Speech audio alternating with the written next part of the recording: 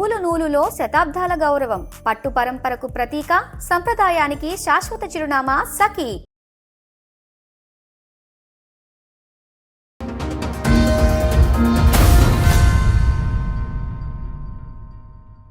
ఏంటమ్మా ప్రాబ్లం ఏంటి? తనకు ముందు మ్యారేజ్ అయిందమ్మా. ఓకే. అయితే తనకు 3 పిల్లలు ఉన్నారు.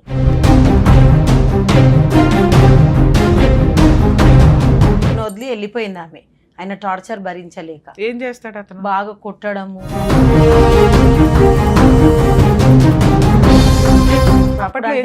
పాలు పోస్తుండే మేడం. అప్పుడు పోసేవాడు. 3 పిల్లలకి తండ్రి. వాళ్ళ ఆవిడని కొట్టి పంపించేస్తే నిన్ను తీసుకెళ్లి తగిలిచ్చారా?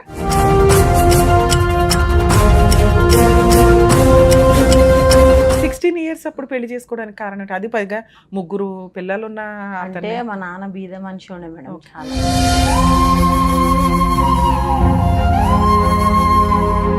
సరే, మీరు ఇంకో పెళ్లి చేసుకోవాలని ఎందుకు అనుకోవాలి? 16 ఏళ్ళు 17 ఏళ్ల వయసు వేరు, 22 23 ఒకటేసారి అట్లా అయిందిగా మేడం. మళ్ళీ చేసుకుంటే మళ్ళీ ఏం న్యాయం జరుగుతుంది మేడం?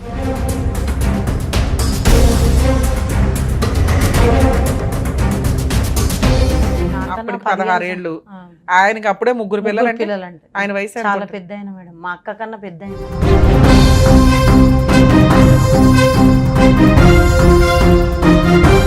ఇక్కడే ఉన్నా మేడం. ఉన్న తర్వాత కొట్టిండు. కొట్టినాక ఏమంటాడు, గుడికి పోయి వచ్చినాక నిన్ను చంపేస్తా.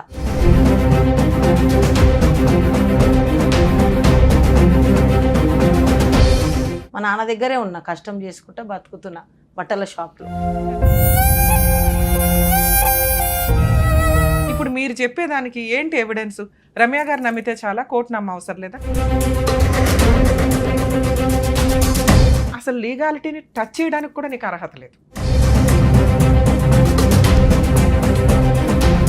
మీ మ్యారేజ్ అయ్యి 24 సంవత్సరాలు, మీరు కాపురం ఉన్నది 1 సంవత్సరం. 23 ఏళ్ల నుంచి నువ్వు టచ్ కూడా చేయలే ఆయన.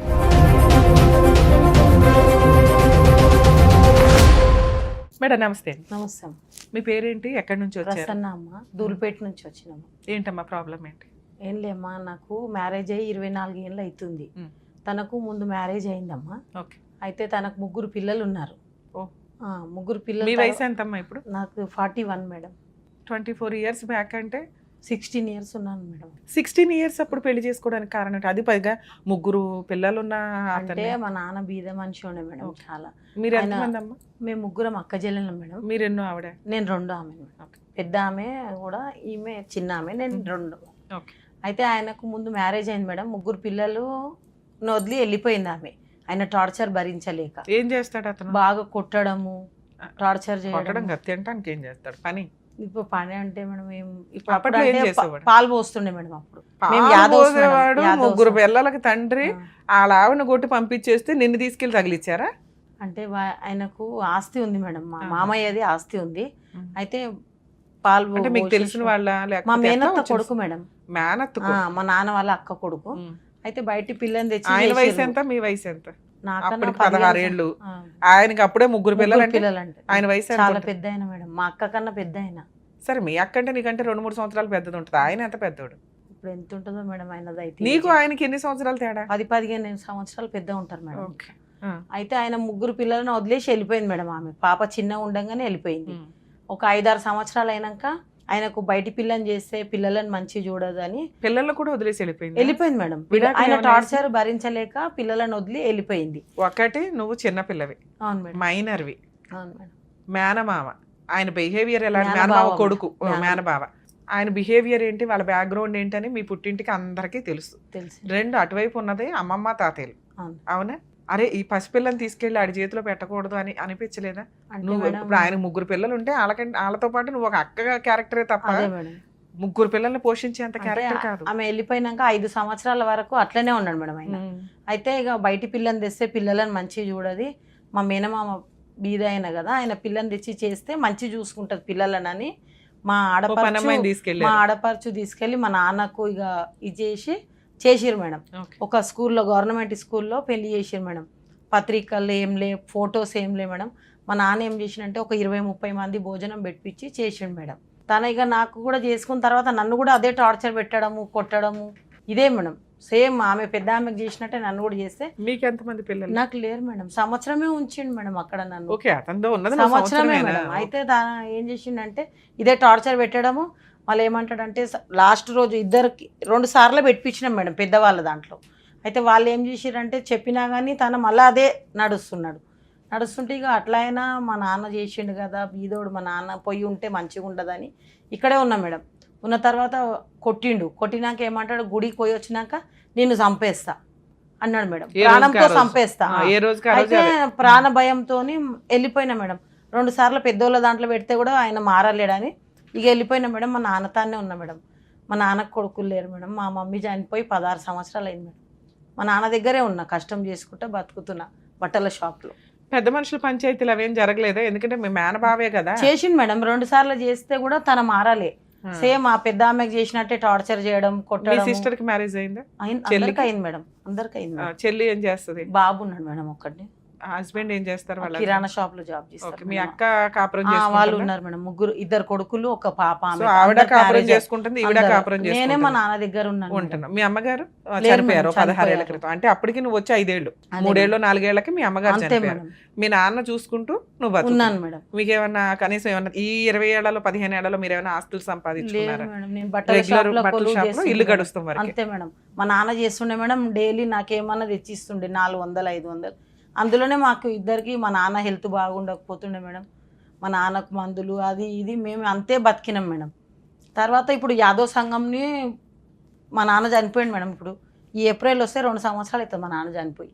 అయితే యాదవ్ సంఘంకి వెళ్ళినా మేడం. ఆయన ఇంకో పెళ్లి చేసుకున్నాడా? లేదు మేడం, ఇంకా నేనే 2వ భార్య మేడం. పిల్లల పెళ్లిళ్ళు అయిపోయినాయి మేడం. ఇప్పుడు పెళ్లిళ్ళకి మీరు వెళ్ళారా? వెళ్ళలే మేడం.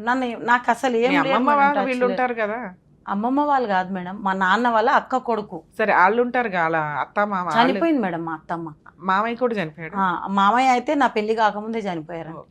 అయితే ఇక మళ్ళీ పెద్దలు నిన్ను పిల్లలు ఆడపడుచులు. అయితే పెద్దోళ్ళ దాంట్లో పెట్టినా మేడం యాదవ్ సంఘంలో. అది పెళ్ళైన కొత్తలో. ఇప్పుడు మేడం మొన్న మా నాన్న చూసిండు మేడం. ఇన్నేళ్ళు మా నాన్న చూసిండు మేడం. ఇప్పుడు ఏంటంటే మా నాన్న లేడు, ఇక నాకు చూసేటోళ్ళు ఎవరు లేరు అంటే నేను బాధపడి పెద్దోళ్ళకి కోరుకొని పోయినా మేడం యాదవ్ సంఘంలో. వాళ్ళు పిలిపించి మాట్లాడిరు మేడం. వచ్చి మరి ఏమైంది, ఈ పిల్లకి అన్యాయం చేసినావు, ఇట్లా కాదు కదా అంటే, సరే మంచిదమ్మా న్యాయం చేస్తా అని చెప్పేసి పోయిండు మేడం. 15 రోజుల టైం ఇవ్వమని చెప్పిండు మేడం. ఇప్పుడు ఈ మార్చి వస్తే 1 ఏడాది అవుతుంది మేడం. వస్తలేడు మేడం.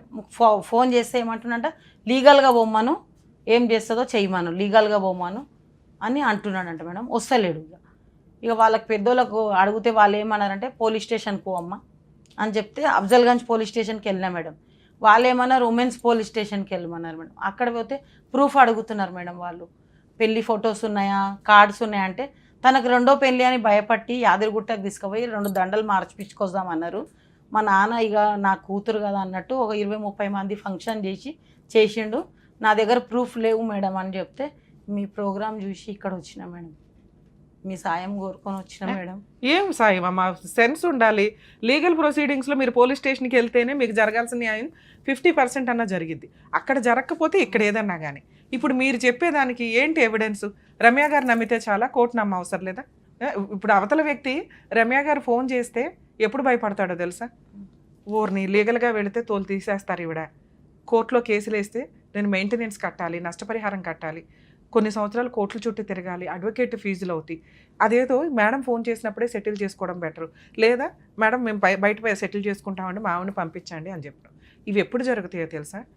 అతను సెటిల్మెంట్ చేసుకోకపోతే లీగల్గా గోప పగిలిపోయేలాగా కేసులు పడతాయి అని తెలిసినప్పుడు అసలు లీగాలిటీని టచ్ చేయడానికి కూడా నీకు అర్హత లేదు. అర్థమవుతుందా?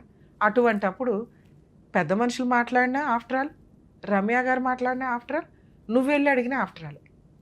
మీ మ్యారేజ్ అయ్యి 24 సంవత్సరాలు, మీరు కాపురం ఉన్నది 1 సంవత్సరం. 23 ఏళ్ల నుంచి నువ్వు టచ్ కూడా చేయలే ఆయన్ని. మీకు సాక్ష్యం ఎప్పుడు దొరికిద్దో తెలుసా?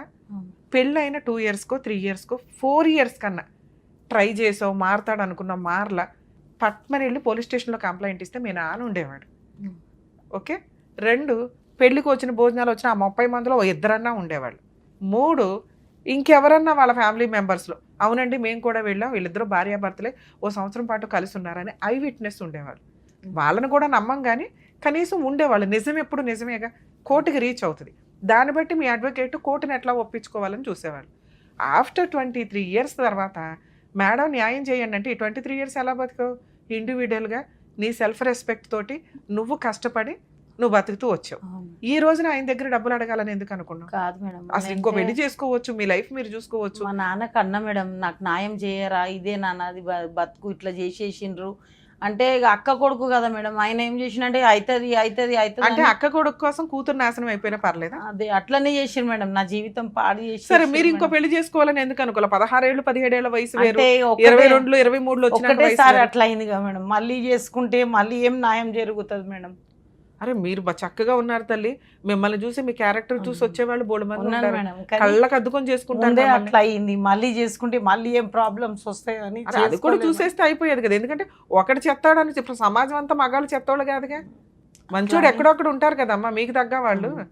అంటే మీ నాన్న పోషించుకుంటూ కూర్చోవాలి కదని నువ్వే ఒక కండవా వేసేసుకొని మగాడిలాగా ఇప్పటిదాకా చేసావు. మీ నాన్న ఇది అయ్యేసరికి వీక్ అయ్యారు, ఇప్పుడు మెంటల్గా వీక్ అయ్యారు. మీరేం ఫైనాన్షియల్గా వీక్ అవ్వాలి, మెంటల్ గా వీక్ అయ్యారు. అరే నాకు ఎవ్వరు లేరు, చూసేవాళ్ళు లేరు, ఒక్కదాన్నే ఇంట్లో ఉంటున్నా అట్లా మరి చూసేటోళ్ళు ఎవరు లేరు మేడం. నేను అంటున్నది అదే, ఇవే వీటిలో ఇది ఒకటి మేడం, చూసేటోళ్ళు ఎవరు లేరని ఏదో మీ సాయం కోరి వచ్చిన మేడం, అంతే మేడం. ఇంత దారి ఉన్నా కూడా రమ్య గారు ఏదో ఒకటి చేస్తారు, చిన్న దారి కూడా లేదు. ఈ రోజున నేను ఫోన్ చేసినా కూడా ఏం చేసుకుంటావో చేసుకోమ్మా అంటే నా పరువు దండగా ఒక రకంగా. ఎందుకంటే ఏం చేసుకుంటారో చేసుకోండి మేడం, నాకు సంబంధం లేదు అనడానికి ఎక్కువ ఛాన్సెస్ ఉన్న కేసు. పెద్దవాళ్ళు పిలిస్తే వచ్చాడు మేడం, వచ్చాడు, చేసాడు, మాట్లాడిండు, చేశాడా అంటే 15 రోజులలో వస్తానా, 15 రోజుల తర్వాత వచ్చాడా? ఇంకా వాళ్ళు పెద్దవాళ్ళు మన యాదవ సంఘం శంకర్ అన్న అతని మా నాన్న అతను ఇలా ఎవరన్నా పెద్ద మనుషులు పిలిస్తే పెద్ద మనుషులకు తెలుసుగా మీరేంటి, మీ సొసైటీ ఏంటి, మీ లొకాలిటీ, మీ రిలేషన్స్ ఏంటని వస్తాడు.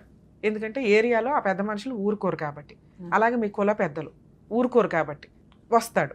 మీకు ఏదన్నా కొంతన్నా న్యాయం జరగాలి అంటే 1కి 10 సార్లు ఆ పెద్ద మనుషుల దగ్గరికి వెళ్ళి మీరు సిట్టింగ్ కూర్చోపెట్టుకోగలిగితే ఒక్క ఊపిరి, ఆ ఊపిరికి మీరు చేయాల్సిన పని ఏంటంటే డబ్బులు రాకపోయినా పర్వాలేదు, ఓ బాండ్ పేపర్ మీద ఈవిడ నా భార్య, నేను 2వ పెళ్లి చేసుకున్నాను, కొంతకాలం కాపురం చేశాము, తర్వాత విడిపోయాము, ఈవిడికి నేను నెలకి 10,000 మెయింటెనెన్స్ ఇస్తాను ఇక నుంచి, లేదా ఈ 4 ఎకరాల్లో ఒక 1/2 ఎకరం ఈవిడికి ఒక నెల రోజుల్లో రిజిస్ట్రేషన్ చేస్తాను అని అట్లీస్ట్ ఒక డాక్యుమెంట్ క్రియేట్ చేయండి. ఓకే, మీరు ఇప్పటికీ జీరోలో ఉన్నారు కదా, జీరో నుంచి ఓ 5 points 10 points యాడ్ చేసుకోవడం కోసం చెప్తున్నా. నన్ను నమ్మి ఇక్కడ దాకా వచ్చారుగా, రేపటి రోజున కోర్టుకి వెళ్ళాలి అంటే రమ్య గారికి మీరు ఒక ఎవిడెన్స్ ఇవ్వాలి. అప్పుడు రమ్య గారు మీకు ఒక ఆయుధం ఇస్తారు ఫైట్ చేయడానికి. ఏంటి ఆ ఎవిడెన్స్? పెద్ద మనుషులతో కూర్చోబెడతావో, చుట్టాలను కూర్చోబెడతావో, కుల పెద్దలను కూర్చోబెడతావో, ఇప్పుడు నేను చెప్పినట్టుగా ఒక బాండ్ పేపర్ మీద నా భార్య పలానా అప్పుడు పెళ్ళి అయింది, పలానా చోట మేము పెళ్లి చేసుకున్నాము, ఇంతకాలం కాపురం చేసాం, నేను ఇంత ఇవ్వడానికి ఒప్పుకుంటున్నాను నెల రోజుల్లోనూ. ఒక్క 5 lines, నీ భార్య పెళ్లి డేటు ఏ ప్లేస్లో అయ్యింది, ఎంతకాలం కలుస్తున్నారు, ఈ 4 points అయితే నీకు గుర్తుంటాయి కదా, గుర్తు లేకపోతే వీడియో రిపీటెడ్గా చూసుకో. ఇవి అందులో వచ్చేలాగా చూస్తే నువ్వు ఒక అడ్వకేట్కి ఎవిడెన్స్ ఇచ్చిందని అవుతావు. ఓకే, దీంతో పాటు మీ ఆధార్ కార్డులో వైఫ్ ఆఫ్ అని కానీ ఏమన్నా ఉందా? లేదు మేడం, అప్పుడు ఆధార్ కార్డు చేయలేకుండా వచ్చినాకే పెట్టుకోలేదా? నా భర్త అతనే అనుకునే కదా నువ్వు ఉన్నావు. ఇప్పుడు మా నాన్న దాంట్లోనే ఉంది మేడం, మా నాన్న రేషన్ కార్డు ఉంది కదా, అందులోనే ఉంది నాది. అక్కడ తన దగ్గర ఏడాది కూడా నేను సంసారం చేయనికే నేను రెడీ ఉండే మేడం. ఆ 1 year లో ఇంట్లో ఏదైనా పూజలు గానీ పునస్కారాలు గానీ లేకపోతే మీ ఇళ్లలో ఏదైనా ఫంక్షన్లు జరిగితే మీరిద్దరు నుంచోని ఫోటోలు దిగిన ఏమన్నా ఉన్నాయా? అంటే వాళ్ళకు మాకు పగ అయిపోయింది కదా మేడం, నా పిల్లని ఇస్తే ఇట్లా చేసిండని. మా నాన్న వాళ్ళ దగ్గరకు పోయేటాడు కాదు, మేము వాళ్ళు మా దగ్గరకు వచ్చేటోళ్ళు గారు.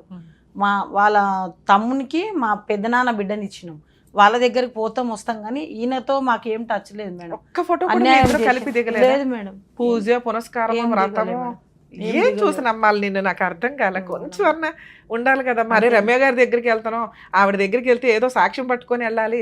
అప్పుడు వాళ్ళు ఉన్నారు మేడం, మా వాళ్ళు సాక్ష్యం ఉన్నారు అందరూ.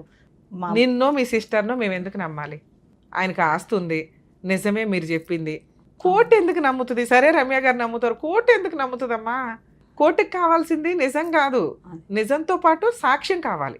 అర్థమవుతుంది? ఎందుకంటే ఒక జడ్జి ఒక రోజు ఉంటారు, ఇంకో రోజు ఉంటారు, ఇంకో రోజు ఉండకపోవచ్చు. సాక్ష్యాలు కంటిన్యూ అవుతూ ఉంటాయి. అట్లీస్ట్ ఒక కేసు ఫైల్ చేయాలంటే పోలీసులు ఏమడుగుతారు? Marriage photos, wedding card. Ramya garu ఏమడుగుతున్నారు? ఆ 2 లేకపోయినా పర్లా, నిజం కావాలి, నిజం ఒక డాక్యుమెంట్ రూపంలో ఉండాలి. ఏంటి ఆ డాక్యుమెంట్ రూపం?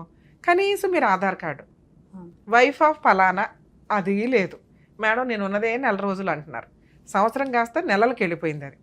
ఓకే, నెల రోజులు ఏదో తుపిడి పెళ్లి చేసుకుని సెకండ్ మ్యారేజ్ లీగల్గా వ్యాలిడ్ కాదు. కోర్టుకు కాదు, అసలు ఎక్కడికి వెళ్ళటం కూడా వేస్ట్ అని నా ఉద్దేశం.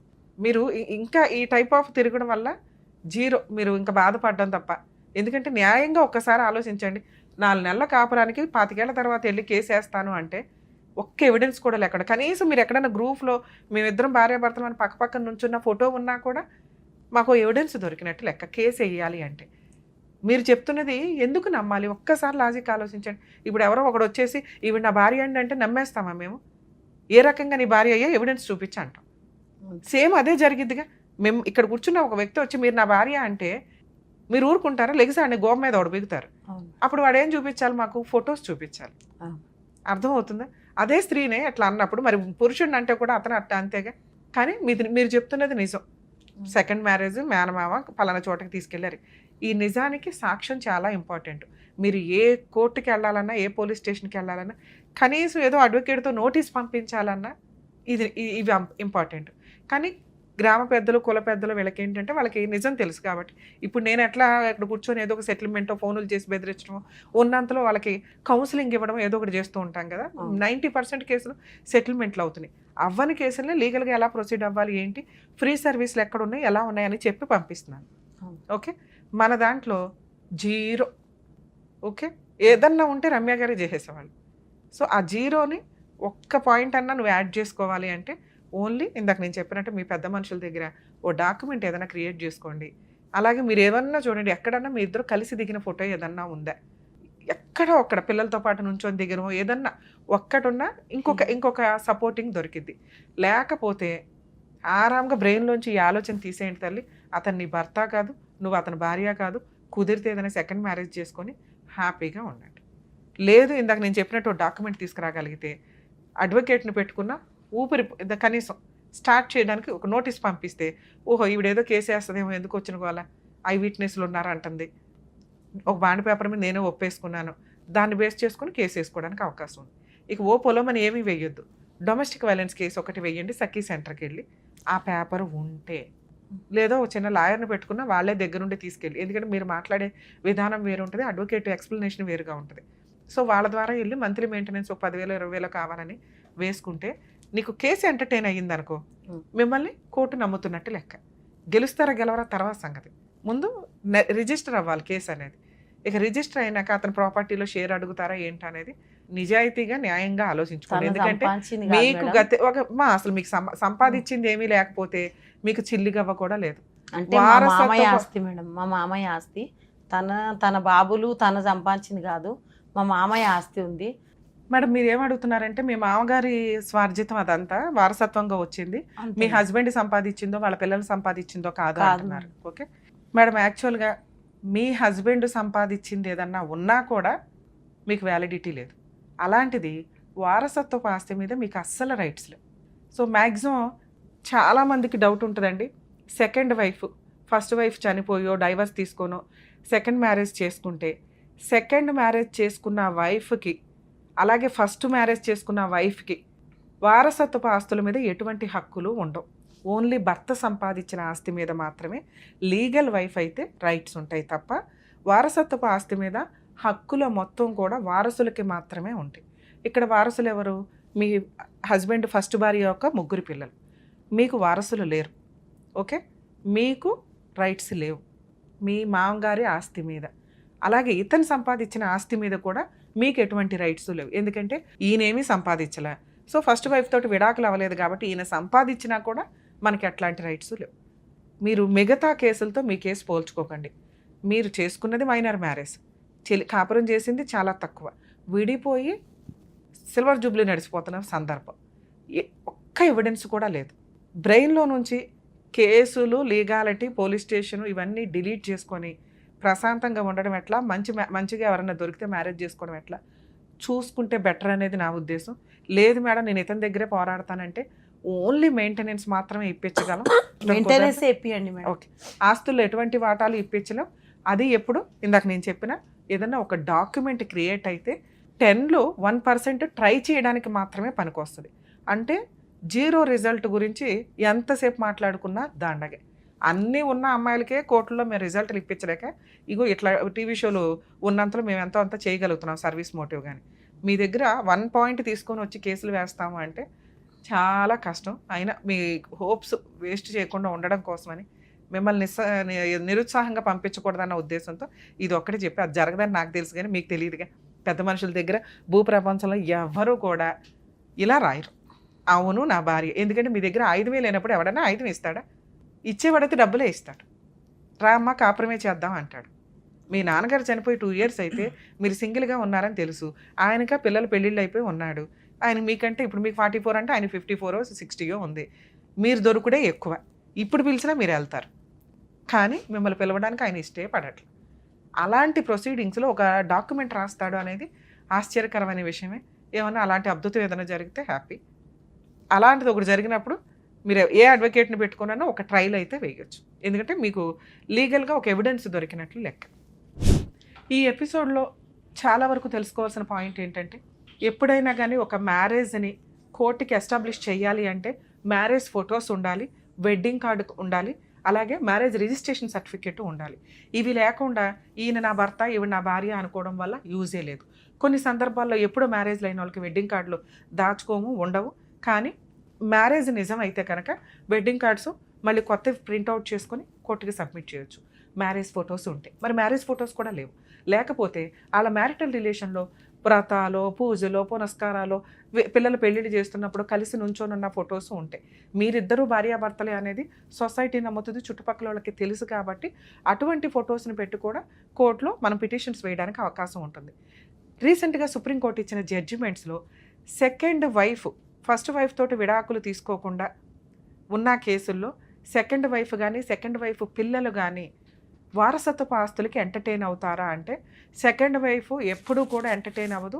కానీ వారసత్వపు ఆస్తుల మీద సెకండ్ వైఫ్ పిల్లలు ఎంటర్టైన్ అవ్వడానికి అవకాశం ఉంటుంది. ఎప్పుడు ఫస్ట్ వైఫ్ తోటి లీగల్గా డైవర్స్ తీసుకొని సెకండ్ మ్యారేజ్ లీగాలిటీ ఉంటేనే. అంతే తప్ప వారసత్వపు ఆస్తుల మీద సెకండ్ వైఫ్ పిల్లలు అక్రమంగా పుట్టిన పిల్లలకి ఎటువంటి హక్కు ఉండదు. ఇది తెలియక చాలామంది అందరూ పిల్లలంతా ఒకటే, అందరూ లెజిటిమేటు ఇల్లిజిటిమేట్ పిల్లలందరికీ కూడా రైట్స్ ఉంటాయి అంటే అవి ఎవరి మీద ఉంటాయి? ఫాదర్ యొక్క సెల్ఫ్ ఎక్వైర్డ్ మీద ఉంటాయి. అలాగే లెజిటిమేట్ చిల్డ్రన్స్ అంటే ఫస్ట్ భార్యకు పుట్టిన పిల్లలకి వారసత్వపు ఆస్తిలో కూడా హక్కు ఉంటుంది, ఆడపిల్లలైనా మగపిల్లలైనా.